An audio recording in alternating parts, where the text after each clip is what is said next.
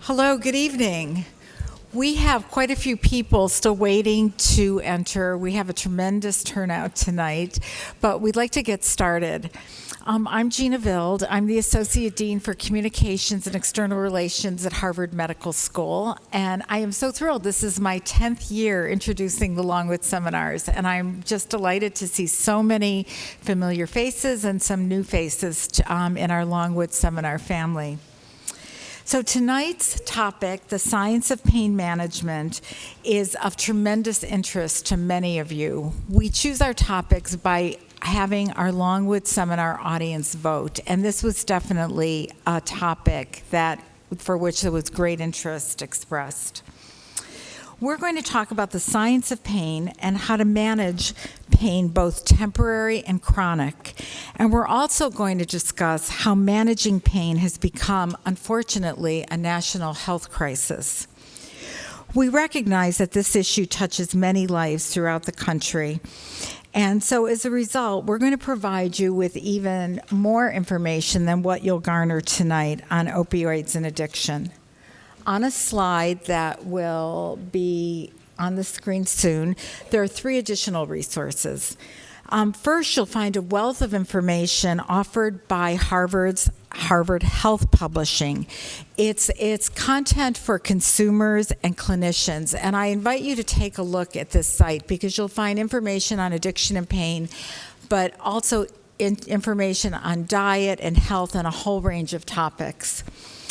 Second, last year we brought together some of the country's leading experts to discuss how education can combat addiction. They included Governor Charlie Baker, who led the governor's opioid addiction working group, and Harvard's own Dr. Bertha Madras, who you will hear from tonight. The program was viewed by tens of thousands of people around the world, and we invite you to view it as well, and that website also is on the screen at hms.harvard.edu/opioids. A third resource was a talk given at Harvard Medical School last year by, again, one of tonight's speakers, Dr. Clifford Wolf. It had an outstanding attendance. It was standing room only, and we invite you to take a look at it. It's the link hms.harvard.edu/talks@12. I want you to know that in addition to those who are here in the auditorium, we're welcoming thousands of you from throughout the world. So thank you for joining us through the live stream. 2 weeks ago, for the last Longwood Seminar, we had 30,000 people joining us virtually from 82 countries. So to those who are here in person and those who are here through live streaming, welcome. We hope you'll join us for the next 2 Longwood Seminars. Bridging East and West, New Frontiers in Medicine on April 12th, and Weighing the Facts of Obesity will be held on May 9th. Now, just a few brief announcements, and we'll get on with our program. Our speakers are delighted to take your questions tonight, so please write your questions down on the card you were given, and our staff will be walking up and down the aisle, and they will collect those. If you are watching through the live stream, you can write your question in the feed, the Facebook Live comment box, and we will try to feed those questions to our speakers as well. On the screen, you'll see information related to obtaining certificates of completion and professional development points for teachers. Okay. And we also invite you to visit the Longwood Seminars page on the HMS website, where you can find past seminars and watch those from previous years. Many of them are evergreen topics. Now we ask you to please silence electronic devices, but do not turn them off, because we want you to join our Twitter conversation. Join with others in the room and around the globe by using hashtag HMSMiniMed. And now for this evening's program. All of us at some point experience pain, right? It may be the result of an injury, the aftermath of surgery, or just pushing our bodies during exercise. But we all experience pain differently. Why is that? And if you have pain, what's the best way to treat it? And there are millions who suffer from chronic pain. How can they manage it without the threat of addiction to prescription painkillers? Tonight, you're going to find answers to many of these and other questions from tonight's speakers. And the three speakers, we're just thrilled to have them here because they're the leading voices in the country on this topic. Our moderator, Dr. Clifford Wolf, is a Harvard Medical School professor of neurology and neurobiology, director of the F.M. Kirby Neurobiology Center, and associate director of the Intellectual and Development Disabilities Research Center at Boston's Children's Hospital. Dr. Bertha Madras is a Harvard Medical School professor of psychobiology at McLean Hospital. She also has a Massachusetts General Hospital appointment, and in 2017, she was appointed as one of 6 members, it was a very small group, to lead the President's Commission on Combating Drug Addiction and the Opioid Crisis. She's been an exceptional resource for us at Harvard Medical School. And first, we'll hear from Dr. James Rathmel. He is the Harvard Medical School Leroy D. Van Dam Professor of Anesthesia and head of the Department of Anesthesiology, Perioperative and Pain Medicine at Brigham and Women's Hospital. Please give a warm welcome to our guest speakers.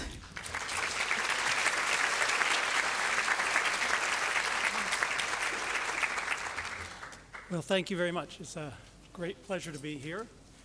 Gina did the great introduction when I've not met before, and she made the quintessential mistake, the one that I have over and over throughout my career, is of mistaking me for somebody 20 years younger.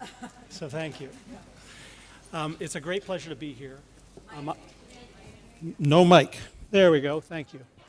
All right, microphone. So I'm going to talk tonight about the title, The Science of Pain Management. And I've put my title a little bit differently, The Science of Pain and Its Management, because the two haven't connected very well yet.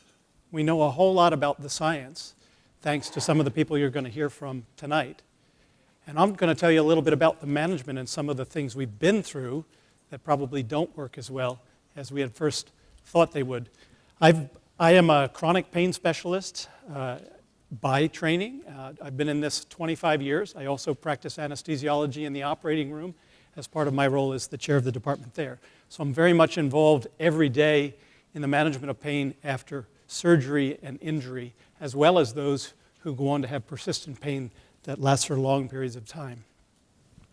So like any good teacher, I want to tell you what I'm going to teach you, and then at the end, I'm going to tell you what I just taught you. So we're going to start with what are the things I want to get across. They're really pretty simple. I want you to be able to define what pain is and explain why we have pain. What's its purpose physiologically? I want to describe you to be able to describe the differences between acute pain, chronic pain, and then this special subset of chronic pain we call neuropathic pain, because it's important to recognize and the treatments can be very different.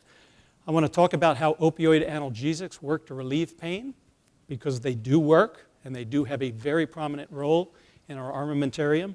But then I'm going to go on and talk about why opioid analgesics are important in the care of acute postoperative pain, but they remain very controversial and are getting more controversial in the treatment of chronic pain and where that problem comes from.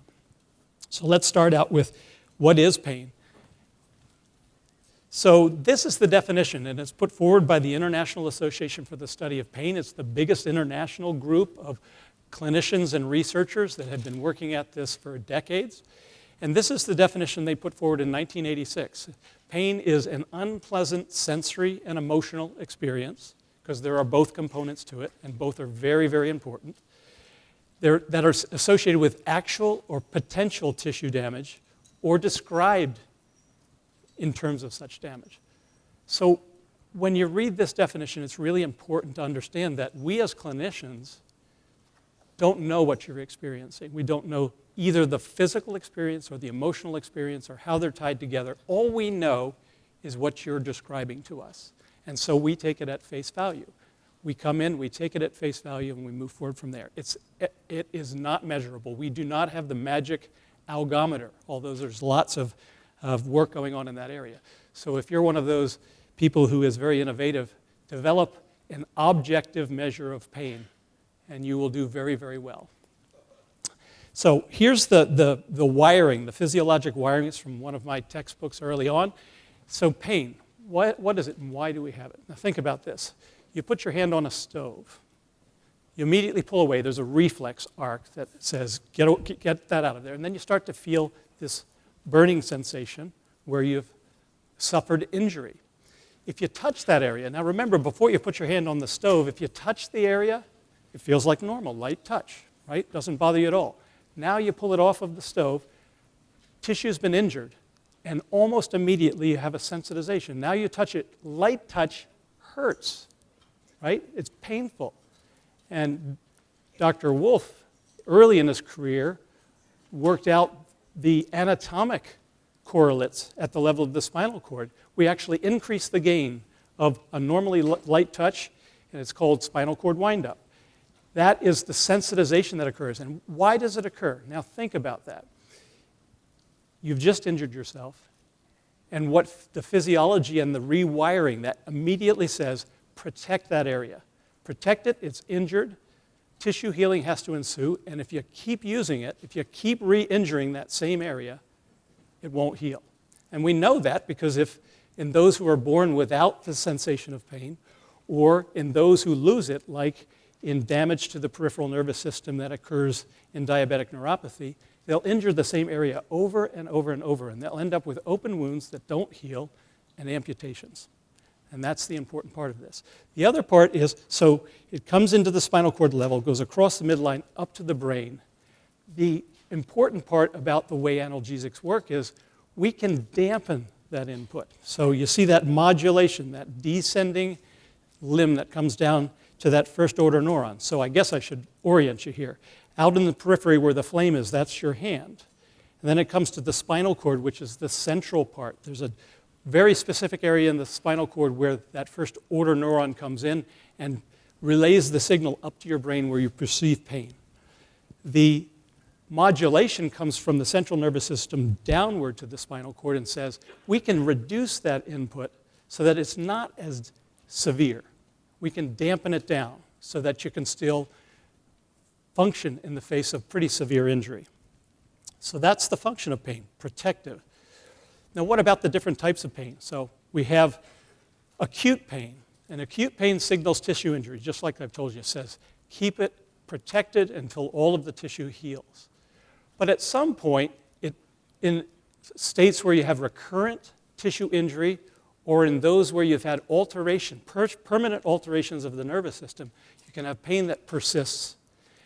3 months, 6 months, there are different definitions, but by and large, beyond 3 to 6 months, we call it chronic pain. And chronic pain can come from a recurrent condition that injures tissue over and over. It can have a waxing and waning pattern, or it can be chronic, persistent, and severe that never lets up.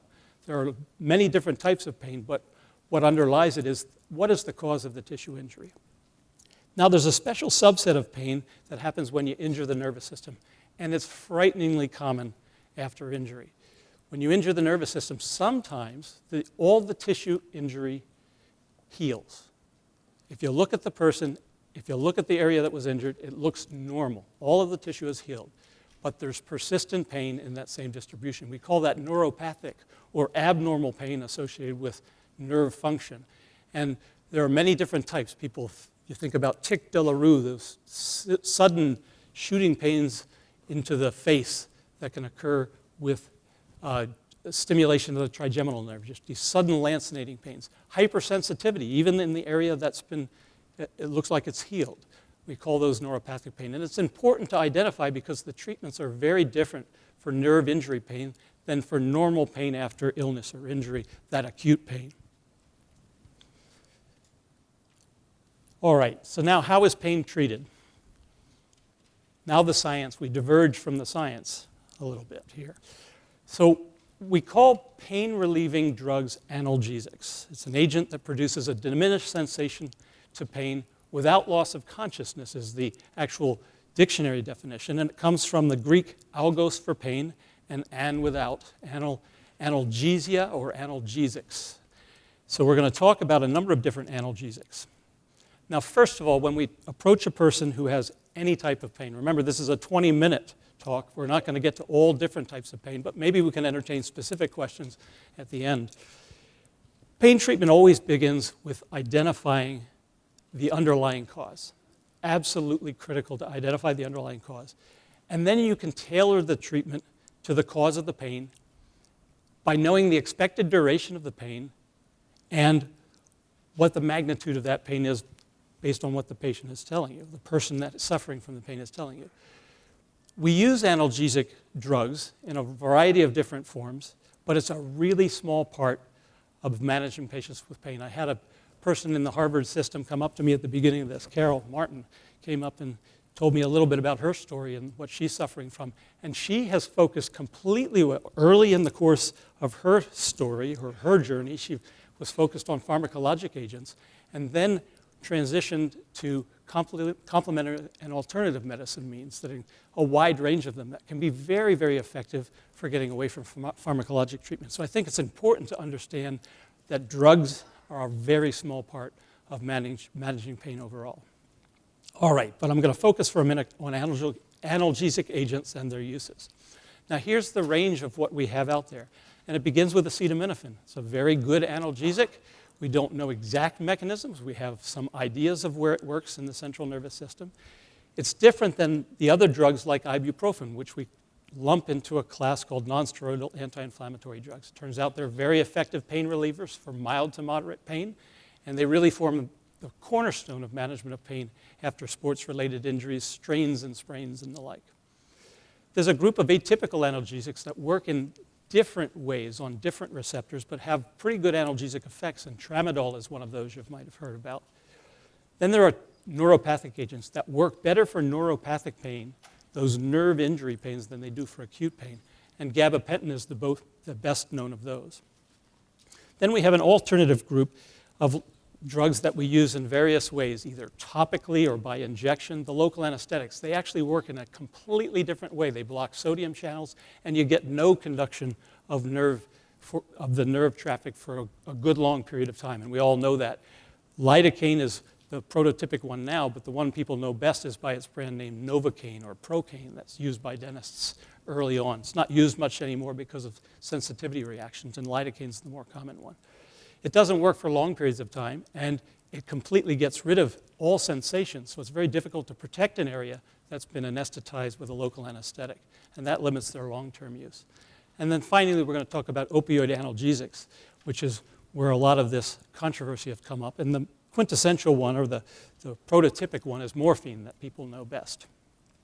All right, now let's talk about opiates and opioids. Opiates are drugs that are derived from the dried latex of the oriental poppy. Now this is actually a northern poppy from my backyard up in Vermont when I lived there several years ago.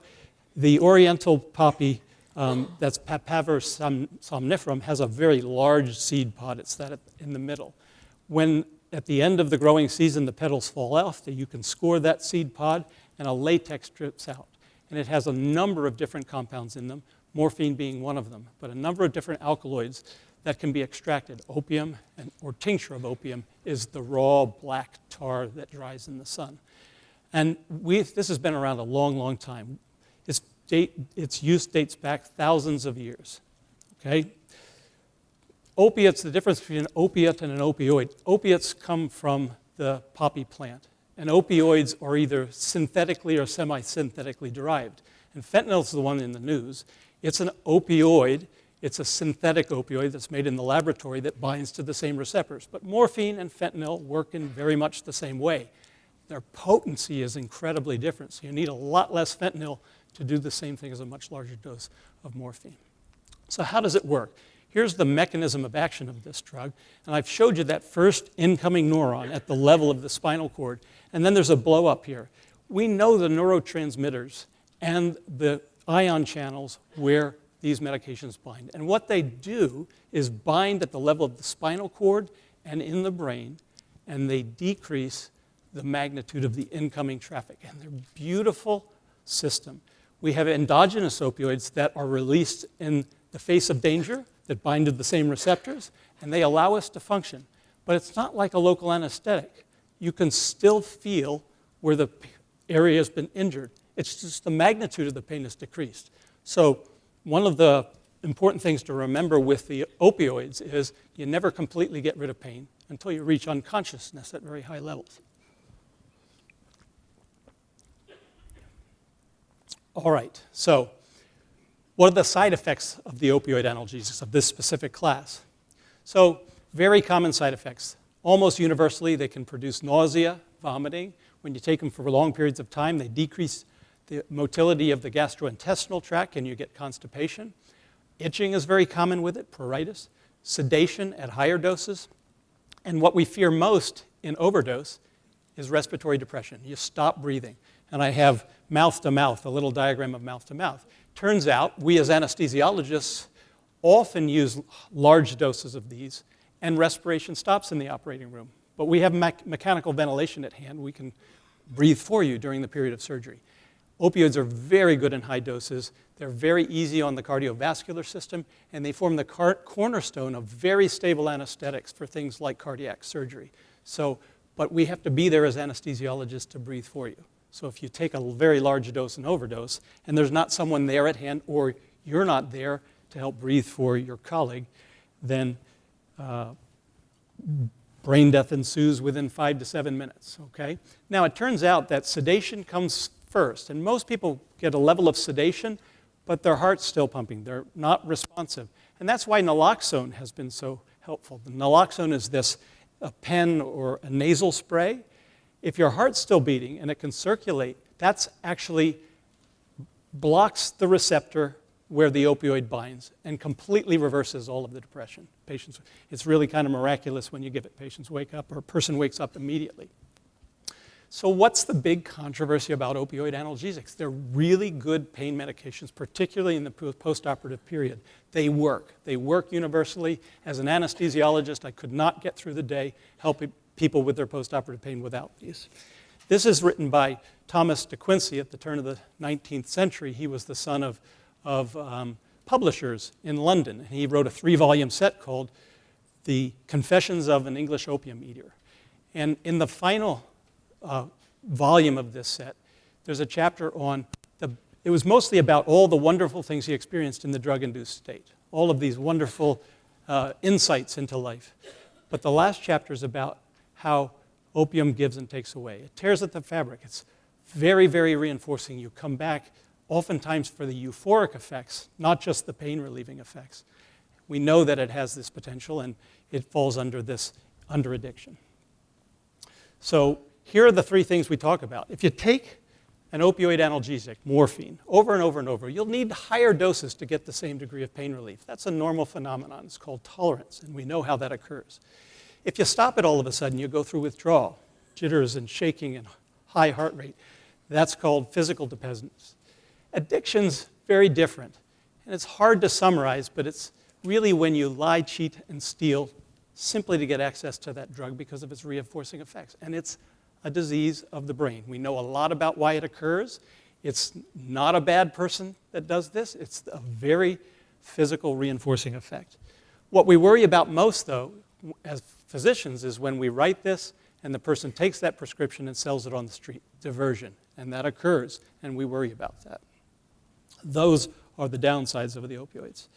All right, now to finish up, is acute pain different than chronic? Chronic pain, I told you, 3 to 6 months or more.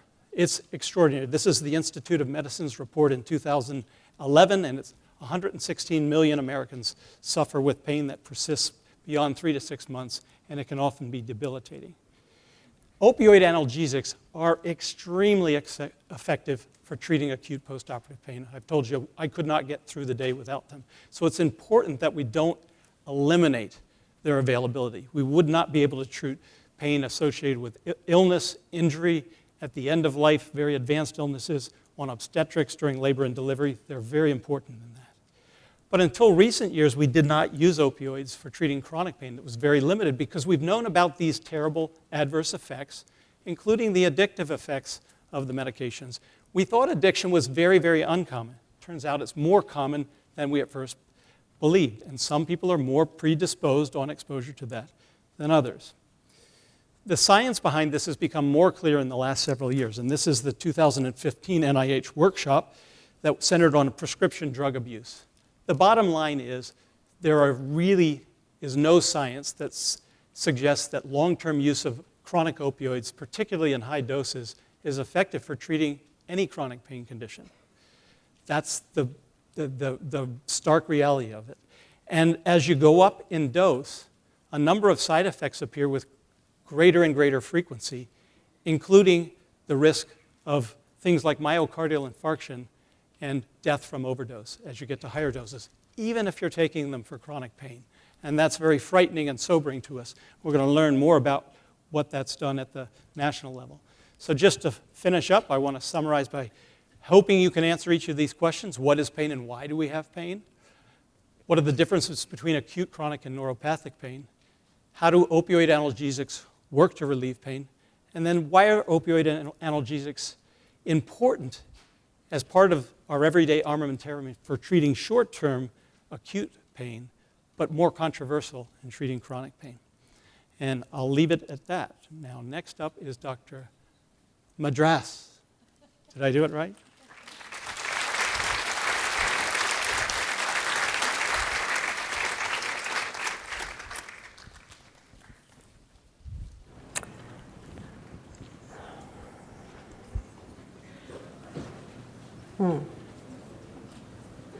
Wonderful.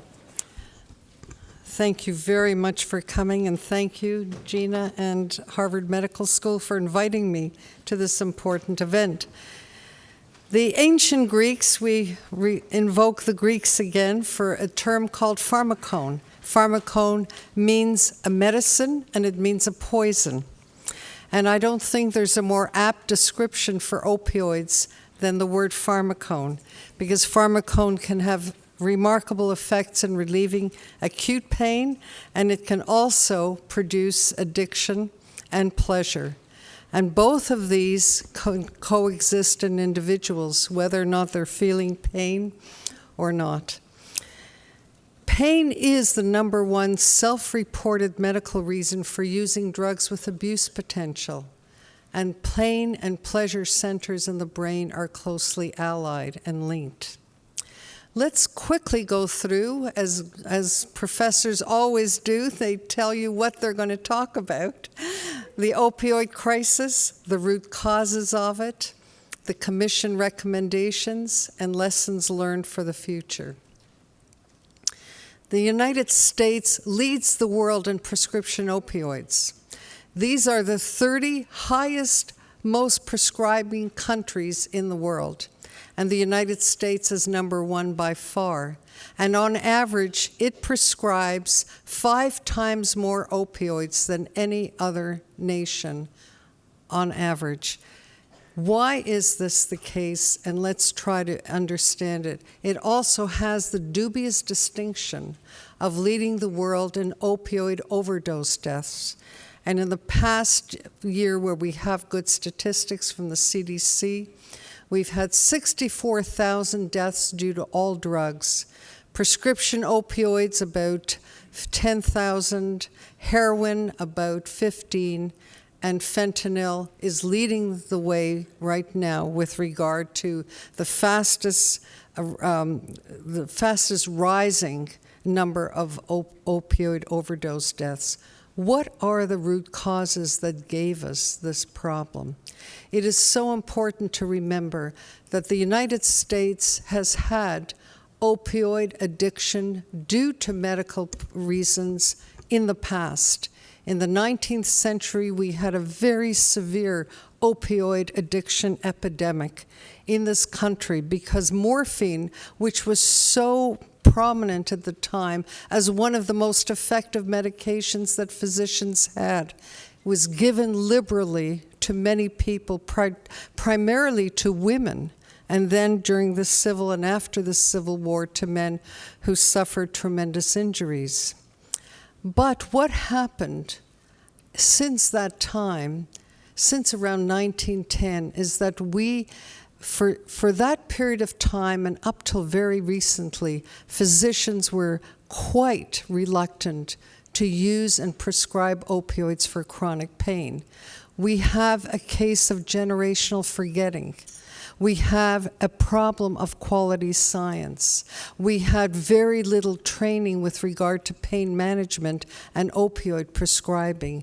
And we had a gigantic disconnect between addiction services and medical services, so that rehabilitation centers were no longer connected with medicine.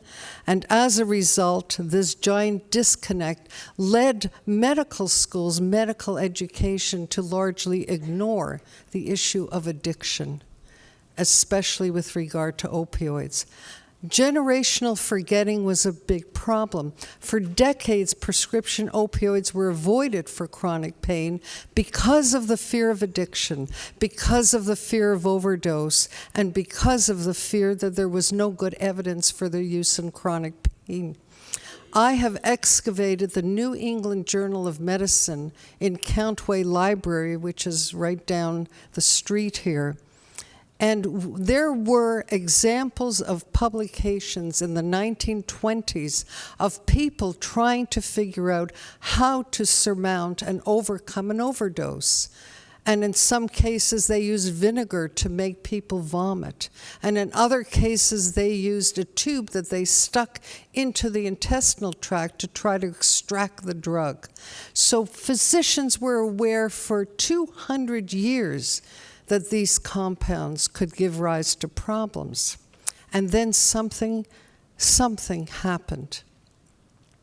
There was a 5-sentence article published in the same New England Journal of Medicine saying that narcotics are not addictive when given to pain patients. 5 sentences. And it catalyzed a movement to blame a provider for inadequate pain management, a patient movement that began to advocate for opioids, a huge investment by pharmaceutical companies to train physicians, to train patients, to train pain societies that opioids of certain formulations were safe and effective for pain management and not addictive. 20,000 specific events were sponsored by specific pharmaceutical companies to train people that this was a safe form of medication, ignoring 200 years of history in the biomedical journals. And detailers went to doctors' offices to try to convince physicians to use opioids. The Veterans Administration responded by adopting a principle of pain as the 5th vital sign, and they mandated pain evaluation and aggressive treatment for pain. 2 years later, the Joint Commission started to consider pain as a 5th vital sign. The other 4 are blood pressure, heart rate, temperature, and the rate at which you breathe. And there was other pressures to satisfy patients' pain, and some of the reimbursements for individual physicians and hospitals were based on whether or not pain was treated aggressively. So there was tremendous pressure on physicians. And then every doctor's office and hospital room had a pain assessment tool placed on the walls. The focus turned to pain management and prescribing of opioids. The healthcare community, their feet were on the fire because of inadequate medical education, because there were no real guidelines for using opioids for chronic pain, because of the 5th vital sign, the patient movement. CMS, the Centers for Medicare and Medicaid Services, were actually discouraging the use of non-opioids for treatment. There were other financial incentives, and the FDA was languid during this initial period. And then as prescription opioids began to tighten, there was in some populations a transition to heroin with no contingency to provide substance use disorder treatment, no contingency to provide medications. During this period of time, opioid prescribing increased by over 300%, threefold, and we became a nation awash in opioids. So much so that currently about 12 million people misuse them. More than 2 million people have a prescription opioid use disorder, means they are addicted to prescription opioids. More than 600,000 people have a heroin use disorder, and everyone who knows these numbers knows that these are underestimates. These are the National Survey on Drug Use and Health, which goes to households, but does not scrutinize individuals that are not currently living. What are the pathways to opioid use disorder from prescription opioids? Very few studies have actually addressed this, but one recently did by looking at people who are in treatment for this disorder and questioning them. How did they get to this point? A small percentage said, a few said, we didn't have adequate pain control, so we kept escalating the dose. Another cohort said, I liked opioids on my initial encounter with them. They really felt good. And others said, I just wanted to use them for psychoactive purposes. I had no pain. And others said, I need relief from emotional distress. And others said, I had a heroin addiction before, and I was prescribed it. The physician did not ask if I'd had a prior history, and as soon as I got the opioids, I knew I liked them. But the scene is shifting. In 2005, 90% of the people in treatment for heroin had their first exposure with prescription opioids. 10 years later, that number is down to 67%, which means more people are starting with heroin rather than prescription opioids. And now fentanyl in 2013 has come on the scene. And if you look at this copper penny, right beside it is the amount of fentanyl that can kill a person. And if you look at the 3 vials, one of them is heroin, the middle one is carfentanil, and the right one is fentanyl. And that's the amount that is required to kill people. And you can see the amount that can kill of fentanyl and fentanyl analogs is far less than heroin itself. And we had a perfect storm in our nation.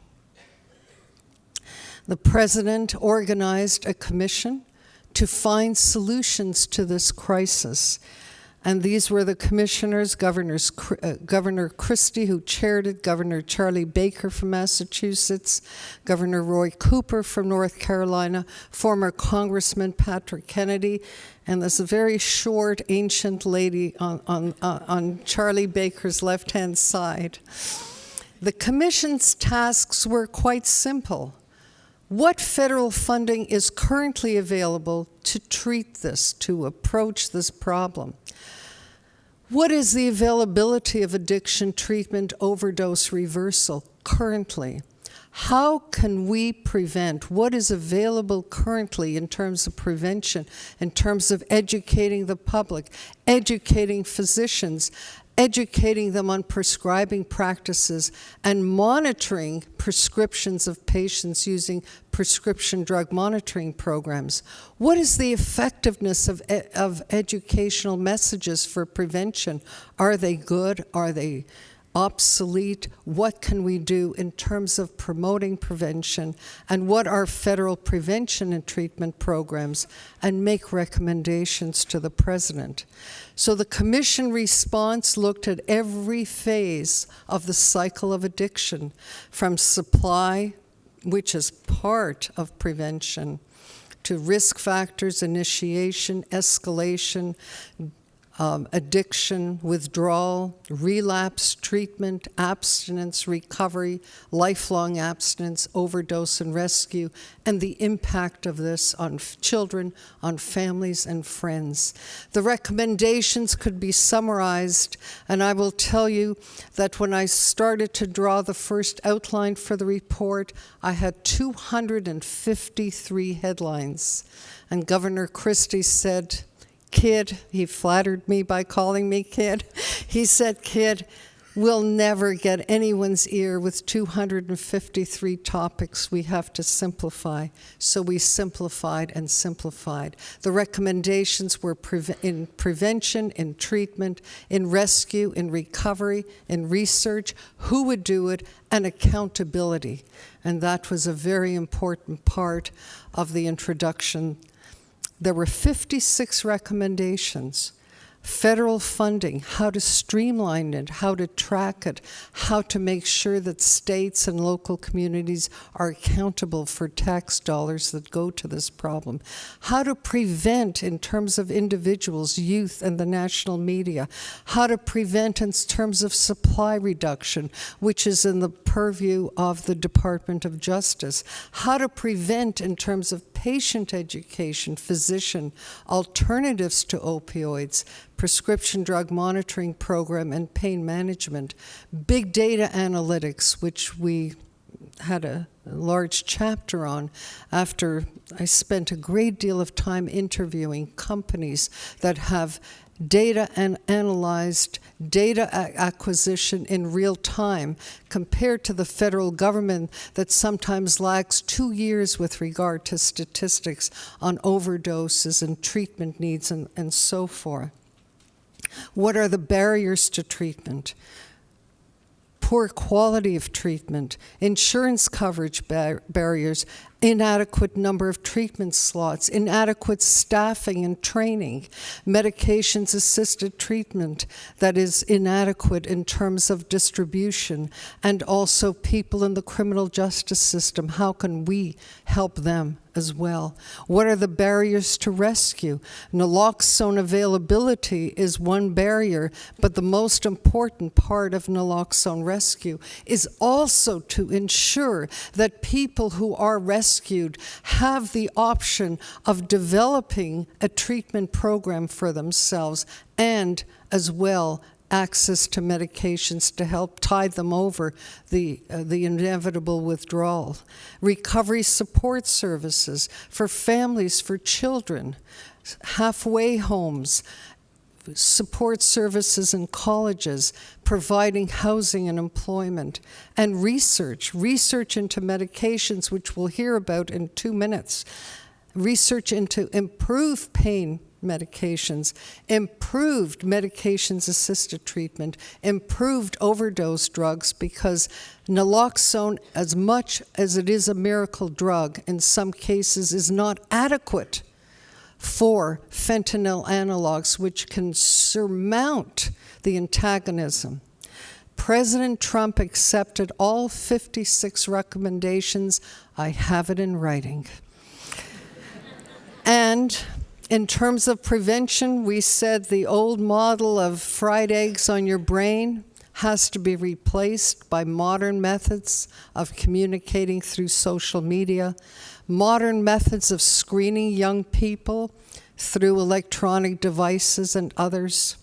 We decided that all the root causes that related to the medical community we have to eliminate, and there were many recommendations, 26, to reverse engineer what had been done in terms of pressuring the medical community and unleashing their degrees of freedom in order to prescribe according to their best conscience. We had a number of recommendations in terms of compliance with parity laws and reimbursement of the true costs of treatment, quality outcome measures. I can go on and on. We currently have medications to assist treatment. There are 3 FDA-approved ones, methadone, buprenorphine, and naltrexone, but these are terribly, terribly underutilized in our system. Less than 35% of the 14,000 treatment centers in the nation offer them. 60% of rural communities lack a physician that has a waiver to administer buprenorphine. And even those physicians that have been trained in medications assisted do not engage at all. They are not interested in this community.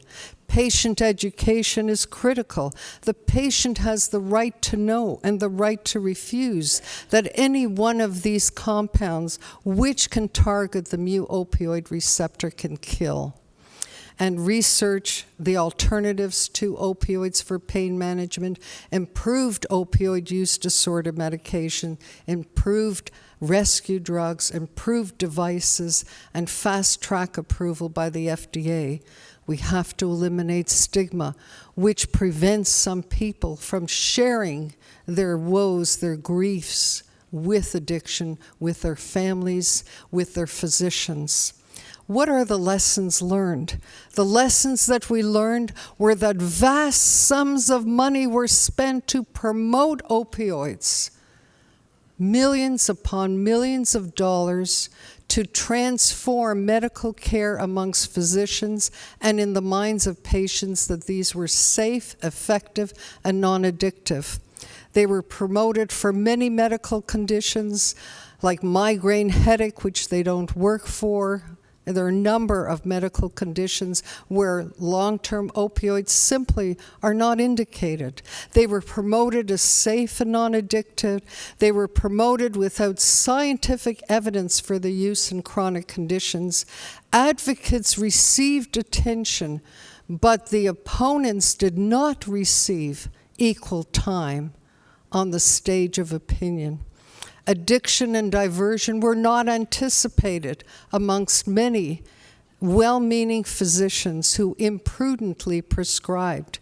Illicit drugs flooded the nation, medical education lagged far behind, and government regulations of this very tightly controlled class of drugs failed to protect the public. And so I close with 2 thoughts.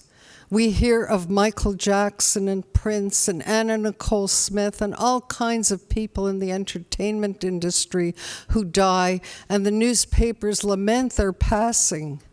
But alas, for those who never sing but die with all the music in them. Weep for the voiceless who have known the cross without the crown of glory. Oliver Wendell Holmes is one of the landmark. His dad is the one who wrote this. His son was at HMS. I think this problem can be solved with wisdom, resolve, leadership, and adequate financial support. And right now, our budget looks very promising. Thank you very much.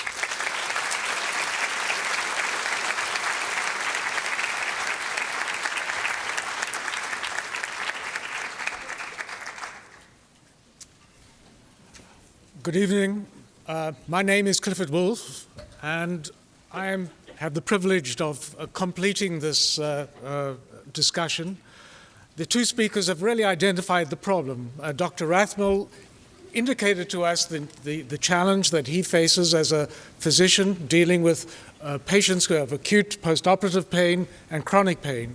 He said that he cannot function as a physician in the absence of opioids. And Dr. Madras has clearly indicated to us the perfect storm that we face by the utilization of opioids. So the question then is what to do, and that's something I'm going to try and address. So what are the problems with existing analgesics? One of the major problems is most of them don't work very effectively. And it's quite extraordinary. The FDA sees as its prime purpose is to protect us by ensuring that the drugs that we take are safe. And that is obviously very important. But they place much less emphasis on how effective they are in treating us. And indeed, almost every drug that has approval from the FDA for the treatment of pain leaves many patients who do not respond to that treatment. And that is a real problem.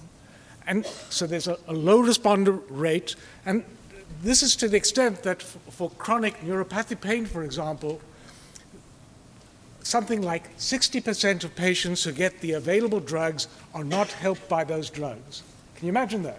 So you have pain, you go to your physician, they give you the FDA-approved drug, and 60% of you will not respond.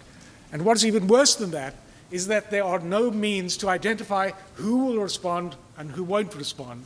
And there's no research that has attempted to make that link. There are enormous side effects. We've learned about the abuse liability, the tolerance, the constipation, the other features that are part of the opioid crisis. But other drugs have terrible side effects as well. They make people feel dizzy. They reduce the function of their brains in a way that they would rather have the pain than take these analgesics. And so this is something we have to deal with, all of those. We have to improve efficacy. We have to improve the responder rate. We have to reduce the side effect burden. And most importantly of all, we have to find a way of overcoming this abuse liability that is part of the opioids. That it is inevitable that those drugs, such as morphine, fentanyl, and others, as described, which act on the mu opioid receptor, inevitably have an abuse liability. So how are we going to make progress to make novel and superior analgesics?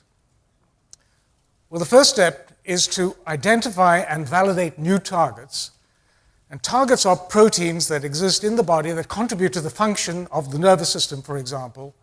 And there's some targets that if we identify them and we could either activate them or inhibit them, we may be able to block those neural processes that lead to our conscious awareness of pain.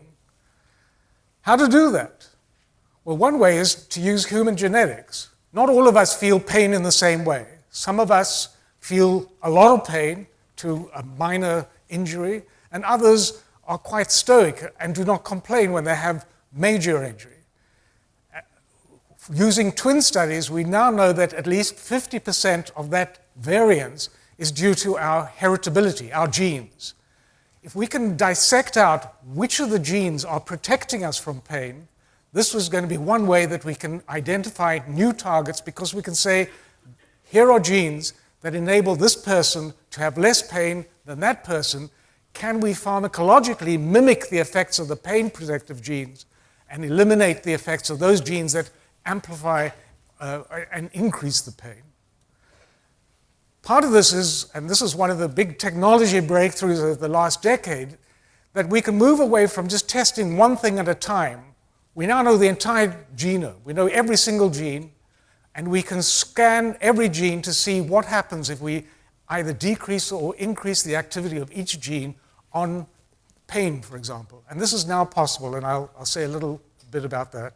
But it's going to require a transformation of the way we do our science, and it's big science that's going to require a collaborative effort from many individual scientists and many institutions. So we got to identify drugs, identify targets, and then the next step is we got to identify drugs that can act on these targets. How to do that?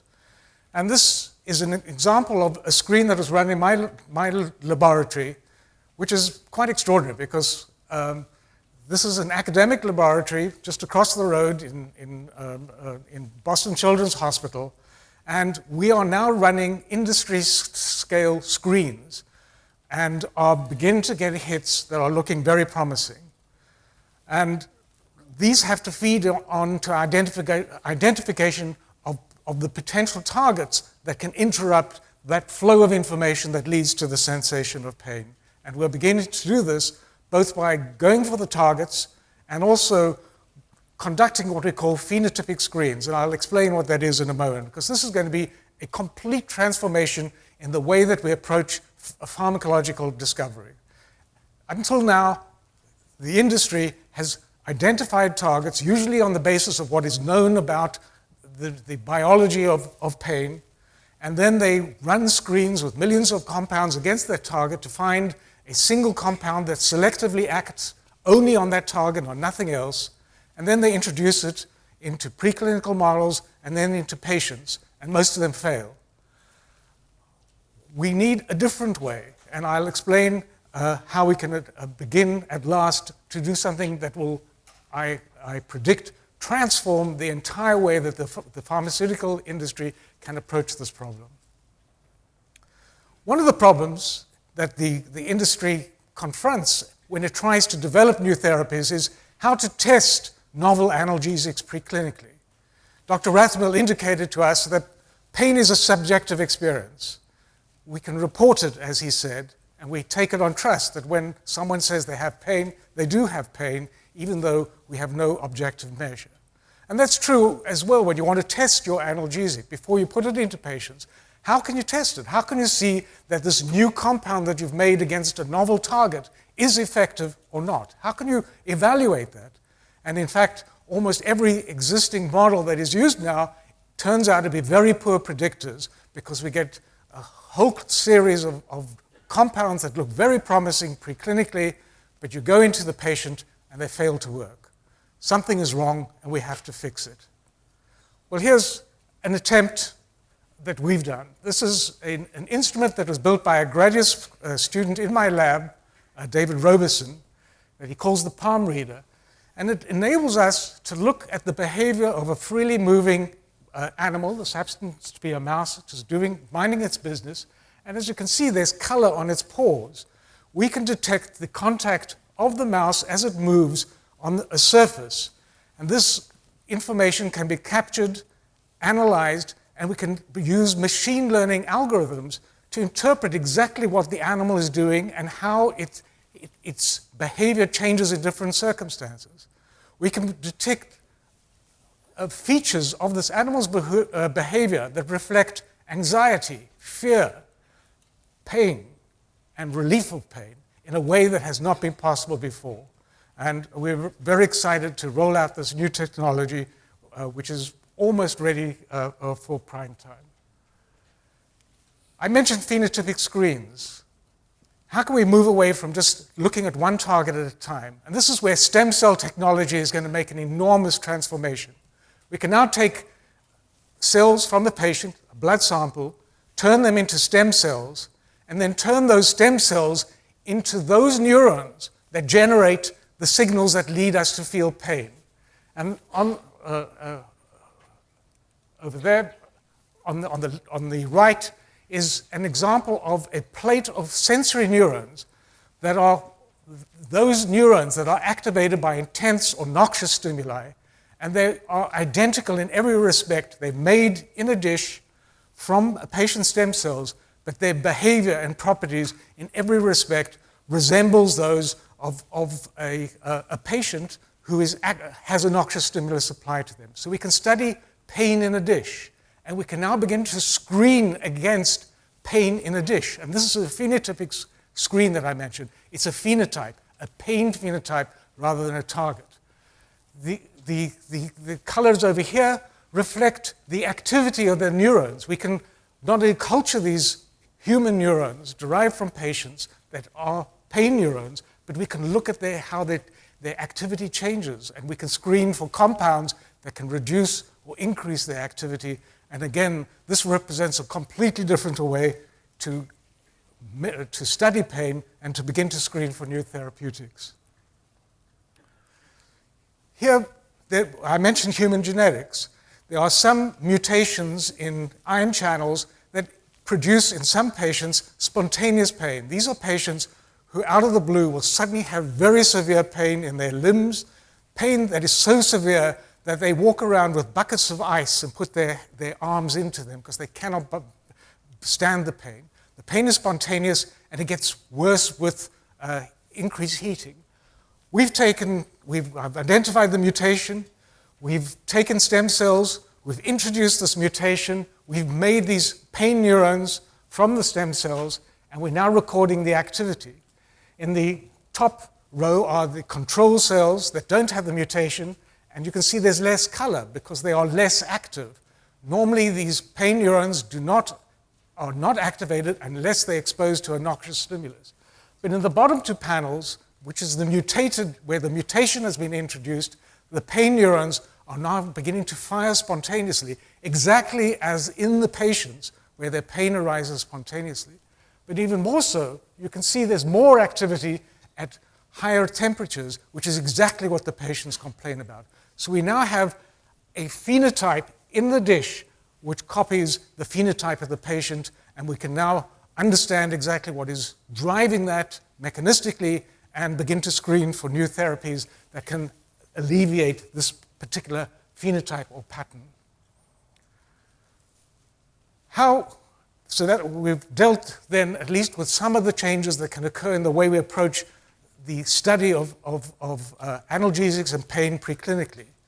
How to test novel analgesics? If we get one, we've identified a new target, we've identified new compounds, we've tested them preclinically. How do we now test them in our patients? And again, we run into the same problem. We would rely on patients' report. We all know how varied that is. Your pain is not the same as my pain. My pain today is not the same as it will be tomorrow. My pain may be affected by the fear that I have that I will lose my job. My pain may be influenced by the fact that I think that the treatment the doctor has given to me is going to work. In other words, a placebo response. All of these are confounders that make it extremely difficult, and Dr. Rathmell issued the challenge to the audience, how can we measure pain objectively? Well, I'm not going to claim the prize from him because I'm not responsible, but we can use functional imaging of the brain as a readout of the changes in activity that occur in our brain during the experience of pain. This is a recording from a colleague of mine, Irene Abrams from Oxford University, and she is one of the leaders in measuring changed function in the brain that reflects the presence of pain or not. And her recordings are so accurate now that instead of doing a clinical study on 200 patients to see an analgesic signal, she can see a signal on 5 patients or less. So again, a transformative change in our approach to the development of new analgesics. So what are the new strategies for developing new modes of managing pain? I'll just give you 2 examples. First is a discovery that was made by a colleague of mine at Harvard Medical School and me. This is Dr. Bruce Bean, who works in the neurobiology faculty at the medical school. And we looked at the challenge that, in fact, Dr. Rathmell mentioned. He said, he mentioned that if you go to the dentist and you get a shot of lidocaine or novocaine, you do relieve pain, but you also block all sensation. You become numb. Not only do you block all sensation, but you block all motor function. You become paralyzed. Anyone who's had an epidural knows that, yes, you get the relief from childbirth, but you cannot walk, and if you stood up, your blood pressure would fall. So local anesthetics they do work, but they have a real problem. And the real problem is that they are non-selective. They act on every excitable cell. They act on motor neurons to cause paralysis. They act on those neurons that generate tactile sensations. And indeed, they act on the excitable cells in our heart and in our brains. So there's what we call very limited therapeutic index. The difference between the amount of drug that you need to get an analgesic effect and the amount that causes unwanted effects is almost zero. How to overcome that? Well, we came up with an idea by saying, well, what is unique to pain neurons? Those neurons in the periphery that are activated by noxious stimuli and whose activity is the trigger for the sensation of pain. And it turns out these neurons have a particular class of ion channels called large pore channels. And that's exactly what they are. When they are activated, their pore is large, much larger than most other channels. And it turns out they are large enough to allow drugs to enter into those neurons. So we said, well, how can we find a way to selectively use this drug delivery device that's only present on pain neurons? And what we did was we took the lidocaine type drugs and we converted them in a way that they were inactive unless they got into pain neurons through these large pore channels. And this is work that has happened here in the Longwood area, and which we are hoping to get a company that will use this technology this year, and hopefully we'll have our first studies in patients within a relatively short period. So this may be one way that we can help Dr. Rathmell. We can wean him off his need for opioids by developing an alternative strategy. What about chronic pain? Well, here the strategy, and again, this happens to be examples from my lab. There are many other people who are doing other very exciting and important work. Well, the other strategy was to go back to this notion that we had that if one patient happens to have a mutation in a gene that is pain protective, can this inform us about a potential way of developing analgesics? And this is a study that we published relatively recently where we identified exactly that, a pain protective haplotype, a pain protective variant in a gene, and if you have it, and about 2% of us have it, 2 copies of it in both our chromosomes, you are protected from, you still will feel pain when you're pinched, but if you have surgery, you won't require opioids, you'll do much better, your pain reports are less. And we have identified the gene, we have identified the pathway, and are now developing drugs that can interact and mimic the effect of this pain protective haplotype. So what I've given you today is an example of the kinds of work that I've been doing, but we've got to look to the future. And part of what I do is to train the future, people who will take over and develop completely new therapies. So for the first time in my career, I am pleased to say that I have a living next slide, which is one of my entrepreneurs who has come from my lab and who's going to tell you about his strategy, and indeed 2 other former members of my lab who are working on a new way of developing new analgesics.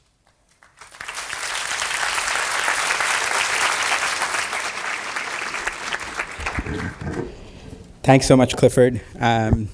When Clifford told me that I have to be a living slide, I realized I have to be very lively, so I'm going to do my very best. So what I'm going to do in a very, very short period of time is give a bit of an overview of the last couple of years of my journey with founding this company, Blue Therapeutics, and kind of what we're up to.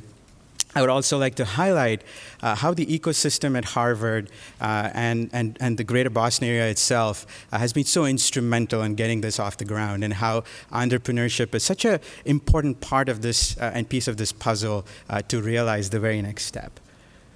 To talk about the founding story, I think there are a few different layers. The first layer itself is something that our esteemed speakers have all touched upon, which is the tremendous opioid crisis that our country is facing. When we were conceiving of this idea in about 2013, 2014, the number of opiate overdose deaths that were happening were something like 60 to 70 deaths a day.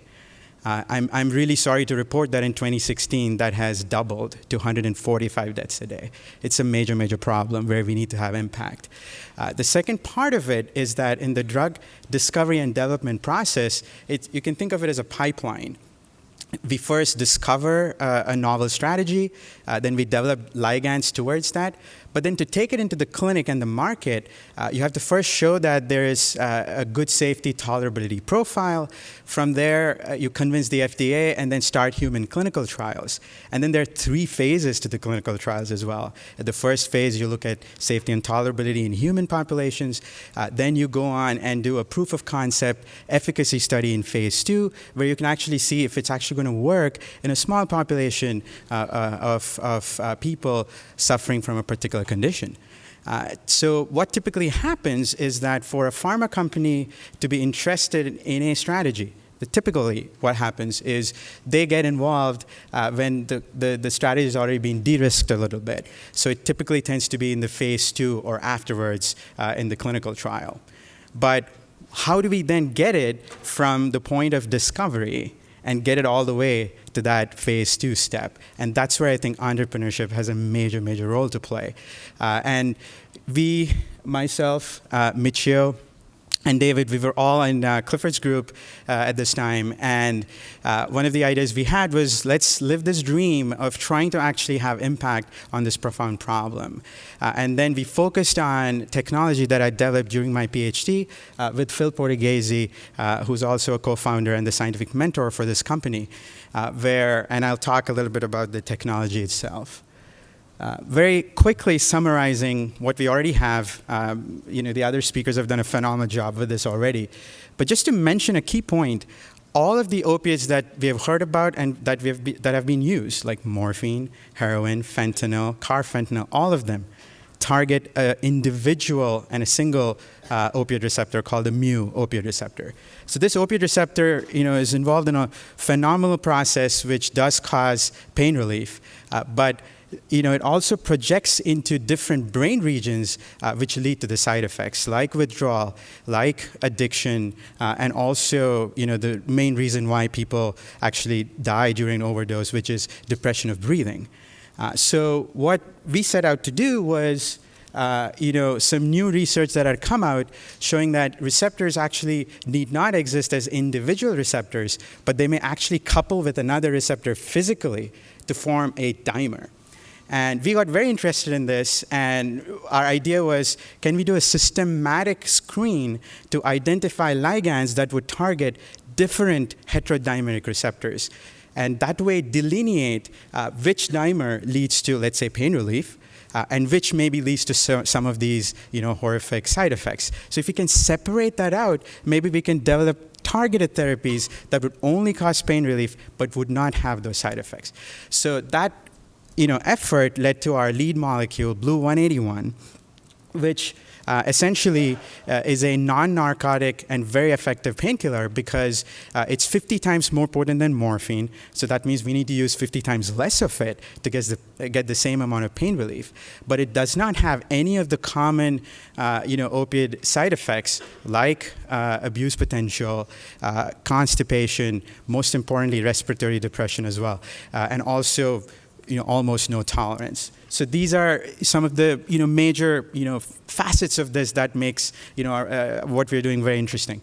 So what we're doing currently is moving this from out of that discovery phase and getting it into safety tolerability trials, so that very soon we can file the IND and then start our phase 1 human clinical trial. So that's kind of where we are as a company. And just to highlight again how important this whole process is and how this ecosystem has really helped us. First of all, the Harvard Innovation Lab took us in as and incubated us with them. So that was again very, very powerful. The second part of it was also the Dean's Challenge between the medical school and the business school, and how that really helped and gave us the expertise that was needed to kind of move us along. And finally, I'd like to thank all the funding agencies like NIH, Department of Defense, and all of them who have given us the funding to get this off the ground. With that, thank you very much. I also want to just say, even though Clifford was not associated with this work, he's been so instrumental in guiding us and mentoring us on this journey. So thank you all for listening. I appreciate it.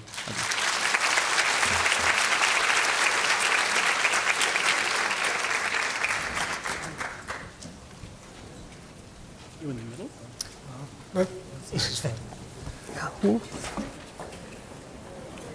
So we now have an opportunity for our panel to answer some of your questions. I'll start with a question to Dr. Rathmell. As an anesthesiologist, what do you think is your role in combating the opioid crisis? So, is my microphone? Yeah, microphone's on. So as a traditional anesthesiologist giving anesthetics for surgical procedures, I think that we have a tremendous role to play in reducing the need for opioids. Even during major surgery, we've really put together what combines a wide range of different non-opioid analgesics, often coupled with peripheral nerve blocks that can reduce pain after surgery, regional anesthesia. And it turns out that we've developed protocols that can reduce or eliminate the need for opioids even after a lot of major surgeries.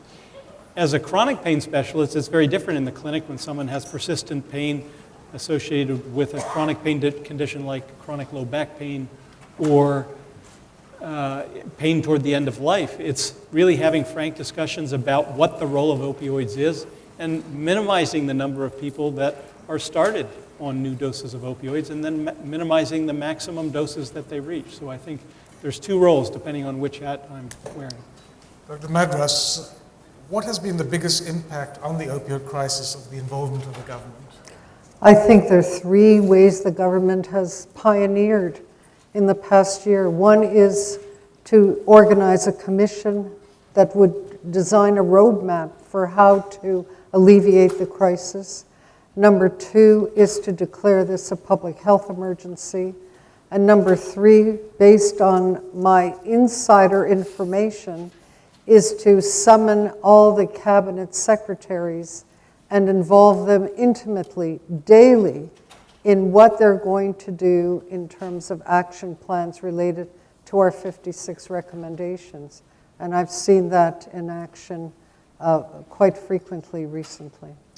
Dr. Rathmell, a patient, one of our audience asks, what is the likelihood that this individual as a patient could develop tolerance addiction from postoperative opioids, say for hernia or surgery or appendectomy, and should they refuse opioids and ask for NSAIDs instead? So the likelihood that short-term use will lead to persistent use down the road is extremely low. This is the heart of my current research.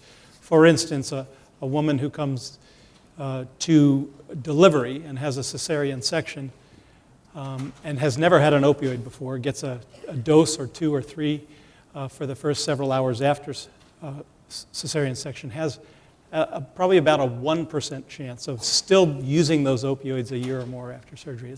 It's quite low, but 1%, 1 in 100, that's not zero.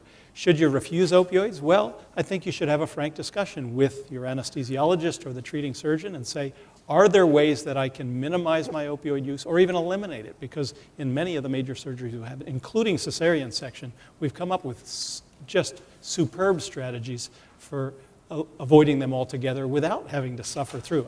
I don't think you should suffer in silence. There are alternates to opioids in most circumstances. Related to that, and please both of you answer this, how long does it take for a patient who's taking opioids for treatment, for legitimate treatment, to become addicted? But the answer is, we don't know. Can a single exposure lead to such reinforcing effects that people go back and experience it?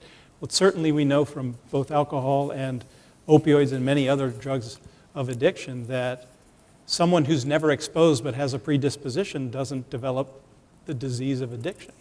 So a single exposure, it's not out of the realm of thought. But we also know that millions of patients receive these drugs every year and do just fine without going on to addiction, and they're extraordinarily effective for treating pain. Well, there is some evidence that people who are treated with opioids for longer than 7 days are much more likely to continue using them for months and even longer than that. So there is, among many state governors, a desire to limit opioid prescribing to 3 days or 7 days for acute pain, and then wait and see what happens after that, rather than giving a month's supply with an open-ended refill possibility. Now, I'm going to counter that real quickly, because the problem with the 7-day rule is that all painful conditions are not created equal. Someone who has a major spinal surgery, for instance, with instrumentation, we know the course of resolution of pain is weeks and weeks.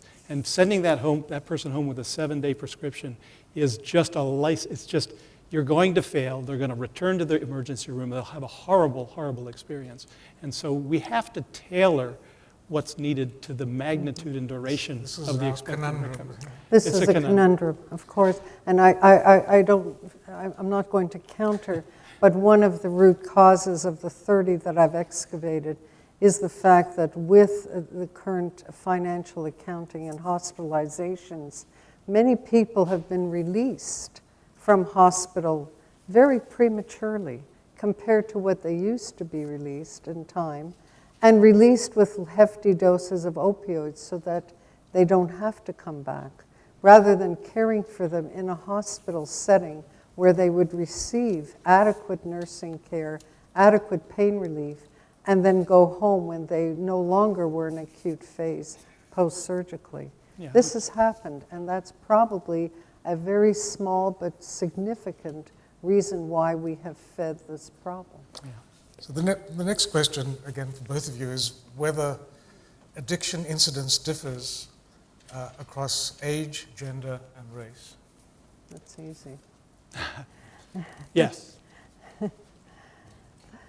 The younger you begin using, the much likelier you are to become addicted. I don't think that that principle can be disputed for every class of drugs, which includes alcohol, tobacco, marijuana, cocaine, opioids, anxiolytics, inhalants, stimulants. That principle holds for all. And one of the most important things, I think, in terms of prevention is choosing not to be exposed to drugs with addictive potential at early ages. Here's a challenging one. Does pain shorten lifespan? I mean, that's so broad as to be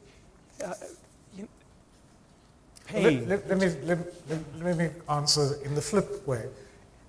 I mentioned human genetics as being one of our ways of interrogating the role of different genes in the generation of pain, and mentioned an example of a mutation that causes spontaneous pain. But there are mutations that completely eliminate our capacity to feel pain, and these are patients who have what we call a congenital insensitivity to pain. They don't feel any pain. And in consequence, if they go to a Starbucks, they can't tell the difference between a coffee that is pleasantly warm and scalding hot. And when they eat, they can't tell the difference often between food and their tongue. They chew their tongue. And their life expectancy is reduced very substantially because if they have a fracture, they don't report it. If they have appendicitis, there's no clue. And so pain, the early warning mechanism that Dr. Rathmell highlighted, is something crucial, and we have to preserve it in our treatments. But the reverse question is more difficult to answer. I would say that the consequences of severe persistent pain are devastating. They're absolutely devastating. So we've talked about the limitations in the treatment. You know, I go to clinic, every time I'm in clinic, I face someone who's suffering, and suffering with very, very real pain with a very, very real cause that we cannot get to the root of. And that has consequences on people. And yes, it probably shortens life. And yes, the suicide rate is dramatically higher in those who suffer chronic painful conditions. Yeah. So it has profound consequences. I'm not here to say, don't use opioids, because I have that conversation all the time. But what then? They work for short periods of time, but what then? And we don't have answers to what then. And that is the motivation to find. So related to them is a question whether there's a danger of taking NSAIDs or Tylenol regularly over long periods of time. Is it truly a safer alternative? Well, so that's a hard question to answer because it's very contextual. So I think for the acetaminophen seems to be an extremely safe drug all the way up to the extremes of life if you stay under a certain dose threshold. But if you start getting up above 4 grams a day, particularly if you drink alcohol concomitantly, there's a pretty significant risk of liver injury. So that's acetaminophen, very, very safe at the lower doses. The non-steroidal anti-inflammatory drugs like ibuprofen are also quite safe, except for very specific populations where it inhibits important mechanisms that lead to proper blood flow to the kidneys, for instance. So if you're someone who has who has terrible congestive heart failure and is on lots of diuretics, and you take even normal doses of nonsteroidal anti-inflammatory drugs, you risk very significant kidney injury. And same thing goes for people who have a predisposition to complicated ulcers and so forth. So there are at-risk populations for the NSAIDs, but by and large, if you're young and healthy and use over-the-counter doses of nonsteroidal anti-inflammatory drugs, they're quite safe. Dr. Madras, do you see a place for marijuana in the management of pain? And Glad you got that. And what are the risks that may involve? Well, certainly we don't have good data on the use of marijuana. We have 4 randomized controlled trials on the use of marijuana in neuropathic pain. The trials lasted just a few weeks, and every subject except for a few were not marijuana naive, so they knew precisely what to expect. With regard to long-term use, we don't have the data on what the effects of chronic daily and more frequent than daily use of marijuana is on quality of life, cognitive function, addiction, and all the other outcomes. We do have evidence that people who use marijuana for chronic pain have higher rates of opioid misuse, prescription opioid misuse, and opioid addiction. And people who use marijuana also have higher rates of opioid addiction and opioid misuse. We also know that people who are in treatment for opioid addiction and use marijuana have much higher dropout rates from their treatment. So that the evidence at this point weighs on the side of marijuana not being a good solution.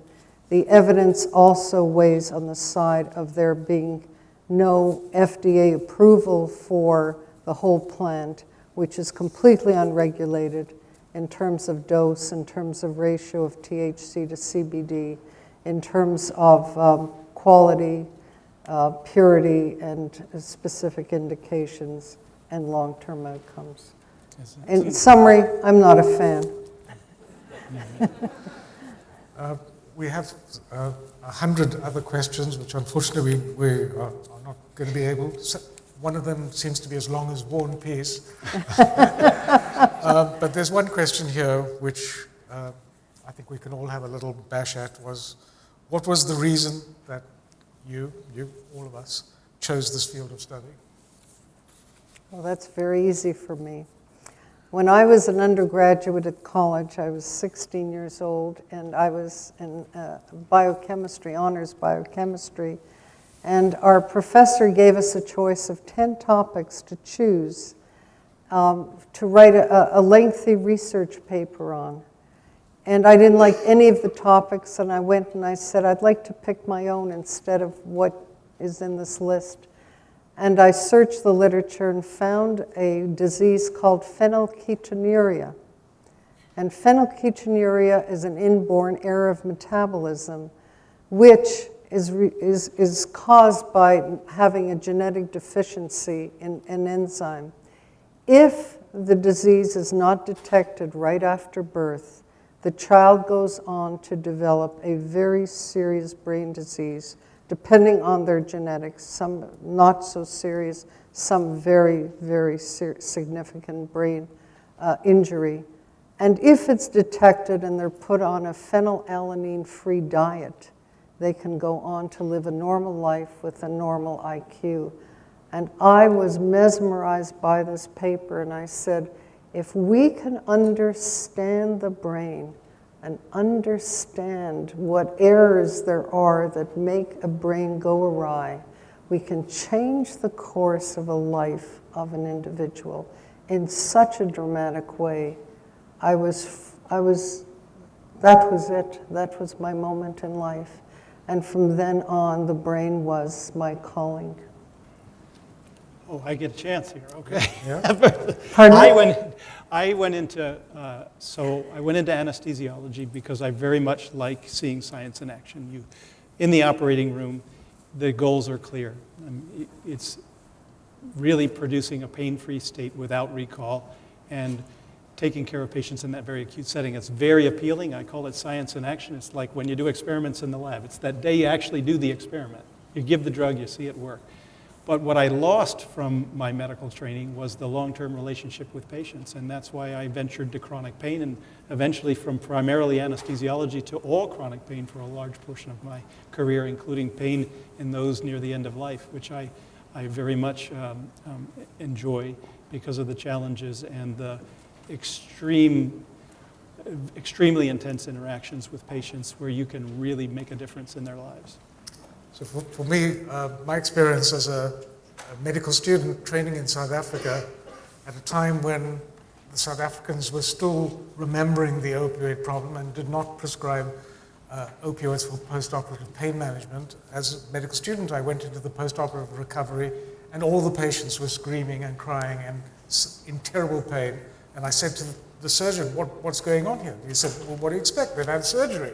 And that was the attitude. Wow. And I just said, this is wrong. And that was my turning point when I decided to devote my life to understanding pain and helping develop new medications.